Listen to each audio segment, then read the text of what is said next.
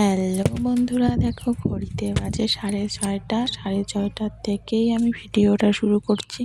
তখন কিন্তু আমার সমস্ত কাজ বাজ শেষ, তোমরা দেখতেই পাচ্ছ। আমি কিন্তু 5:30তে ঘুম থেকে উঠেছি। তারপরে ঘুম থেকে উঠে ফ্রেশ হয়ে নিয়েছি। তো হ্যালো এভরিওয়ান, কেমন আছো তোমরা? আশা করছি ভালো আছো। তোমাদের ভালোবাসায় আমরাও ভালো আছি। তো ভিডিওটা দেখতে থাকো, আশা করছি ভালো লাগবে। তো দেখো ঘুম থেকে উঠেই কিন্তু তারপরে তোমাদের সঙ্গে ভিডিও যেহেতু শুরু করলাম 6:45-এ, তারপর কিন্তু আমি ঠাকুর পূজা দিয়ে নিয়েছি। দিয়ে কিন্তু মেয়ের জন্য ভাত রান্নাও করে নিয়েছি। তারপর কিন্তু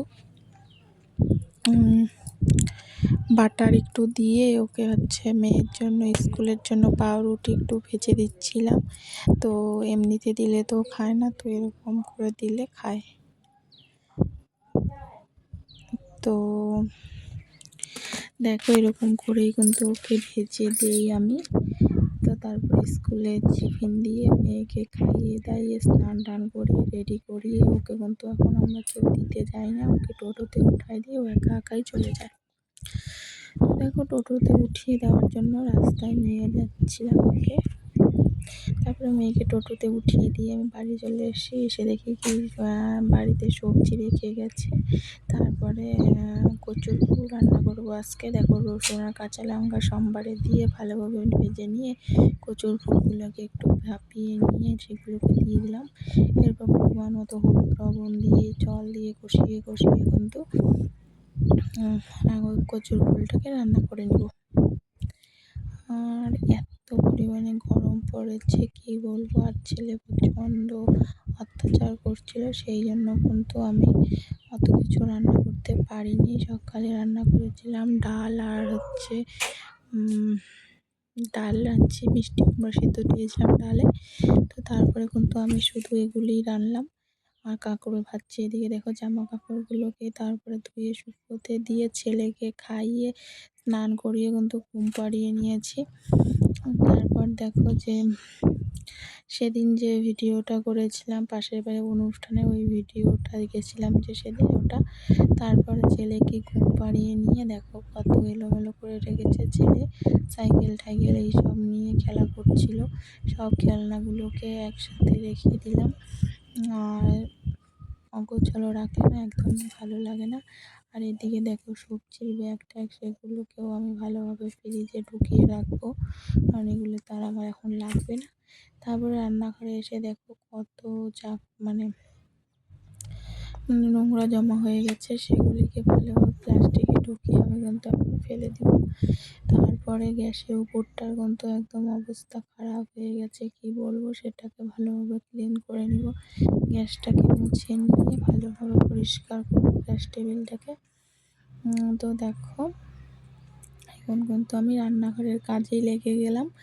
এরপর দেখো হাঁড়ি কড়াই জায়গায় জায়গায় ছড়ানো ছিটানো আছে, কারণ সকাল থেকে অনেকটাই ব্যস্ততার মধ্যেই কাটে। তারপরে এখন যেহেতু ছেলে একটু ঘুমিয়েছে, তার জন্য আমার এদিকে তাড়াহুড়ো করে করতে হচ্ছে। তো ওই কড়াইটাতে কাঁকরোল ভাজা আছে, এটাতে ডাল আছে, এগুলোকে এক সাইডে করে রেখে গ্যাসটাকে ভালোভাবে মুছে নিব। গ্যাসটাকে মুছে নিয়ে তারপর টুকটাক যে বাসনগুলো বের হয়েছে সেই বাসনগুলোকে মেজে নিব। মেজে নিয়ে তারপরে কিন্তু আমি রান্নাঘরে মেঝেটাকে যে সবজি কেটেছিলাম সেই জায়গাটাকেও ভালোভাবে মুছে নিব। আবার ছেলেকে ঘরে খাইয়েছি সেই জায়গাটাকেও মুছতে হবে। আবার ছেলে যে খেয়েছে তার খাওয়ার বাটি টাটি সেগুলিকেও ধুয়ে রেখে দেবো একবারে। যেহেতু ছেলে এখন ঘুমাচ্ছে সেহেতু আমাকে এখন দৌড়ে দৌড়ে কাজ করতে হবে, না হলে একদমই হয় না কাজ করা।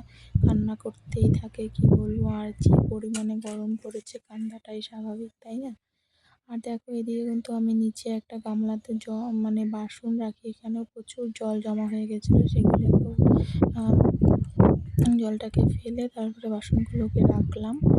আর আমি এখনও বাসন রাখার আমার কোনো ব্যবস্থা নাই, মানে র্যাক ট্যাক নাই, ভাবছি একটা অনলাইন থেকে কিনবো।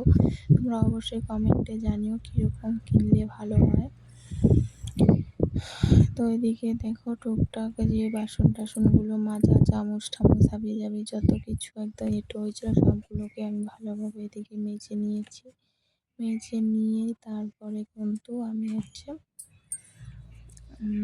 নোংরা টোংরা যে জমা হয়েছিল সবজি চোচা মোচা সেগুলোকে ভালোভাবে জমা করে ফেলে দিয়ে আসবো। ফেলে দিয়ে এসে বেসিনটাকে ভালোভাবে পরিষ্কার করে নিচ্ছি। বেসিনটাতে সবসময় কাজ করা হয়, তো বেসিনটাকে যদি আমার মনে হয় বাসন মাজার পরেই যদি পরিষ্কার করে রাখা যায় তাহলে অতটাও নোংরা হয় না।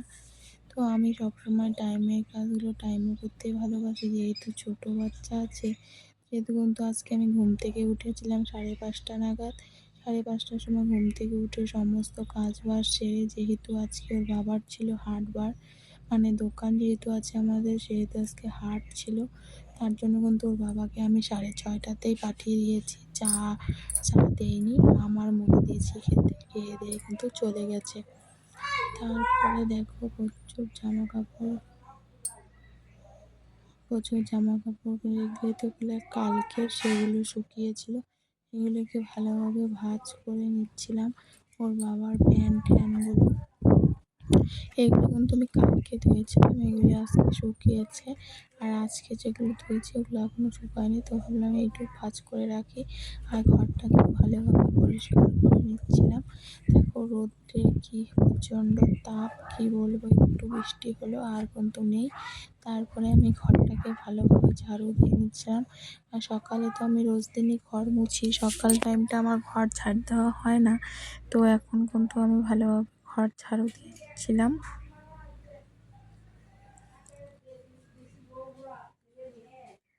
তো ভালোভাবে ঘর টর ঝাড়ু দিয়ে নিয়ে তারপরে তো বারান্দাটাকেও ভালোভাবে ঝাড়ু দিয়ে নিব। তো এখন প্রায় বাজে 2টার মতনই, মেয়ে চলে আসবে স্কুল থেকে। তো আসার পরেই তো খাওয়া দাওয়া হবে। ওর বাবা মেয়েকে আনতে গেল। তো এদিকে আমার এখন টুকটাক সেরকম কাজ নেই, যা কাজ ছিল সম্পূর্ণই হয়ে গেল। আর গরমে একদমই ইচ্ছা করে না কাজ করতে, তো যেটুকুই কাজ থাকে তাড়াহুড়ো করলে ভালোই লাগে। তো ছেলেকে খাওয়ানো, স্নান কমপ্লিট। মেয়ে স্কুল থেকে আসলে মেয়ে নিজের কাজ নিজেই করে, সেহেতু আমার ওর দিকে কোনো চাপ নেই। শুধু ওই পড়তে বসে এটাই বলতে হয়, সেরকম কোনো কিন্তু সব কাজ নিজেই করে।